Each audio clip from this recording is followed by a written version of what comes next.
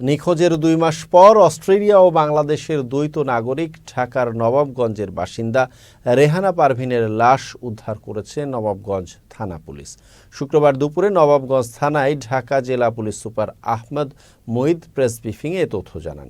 এ ঘটনায় আমজাদ হোসেন ও পাপিয়া আক্তার নামে দুজনকে আটক করা হয়েছে। পুলিশ সুপার জানান, নিখোঁজের পর অস্ট্রেলিয়ার ফেডারেল পুলিশ ও হাই কমিশন ইন্টারপোলের মাধ্যমে রেহানা পারভীনের অবস্থান শনাক্ত ও উদ্ধারের তথ্য চেয়ে পুলিশ সদর দপ্তরে বার্তা পাঠান।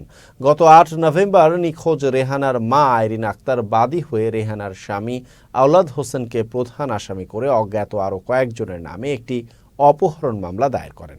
এ ঘটনায় বাকি আসামিদের গ্রেফতারে অভিযান অব্যাহত রয়েছে বলে জানান পুলিশ সুপার। ৩১-৮ তারিখে এই থানায় জিডির পরিপ্রেক্ষিতে আমরা অনুসন্ধান শুরু করি।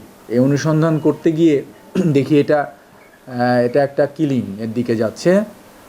গুম, অপহরণ, খুন, গুম, এইটার মধ্যে দিয়ে আমরা যখন পেলাম এরকম ধরনের ঘটনা, তো দেখা যাচ্ছে উদ্ঘাটন করে আমরা পেলাম যে তাদের আত্মীয়, নিজেদের ভিতরে নিজের স্বামী, নিজের হাজব্যান্ড জড়িত, নিজের ননদ, হাজব্যান্ডের বোনরা জড়িত।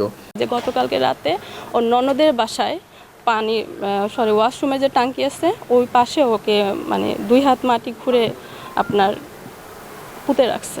অবশ্যই শাস্তি দাবি করতেছে। আমি চাই যে যারা যারা জড়িত আছে, ওর ননদরা সহ, ওর হাজব্যান্ড, ইভেন কি আমার নানু আর কি আমার যে সৎ খালা, তারাও জড়িত। আমার ধারণা যে অনেক লোকের সাথে জড়িত আছে, কারণ ওরে মৃত্যুর পরেই ওই ছেলে চলে গেছে অস্ট্রেলিয়া।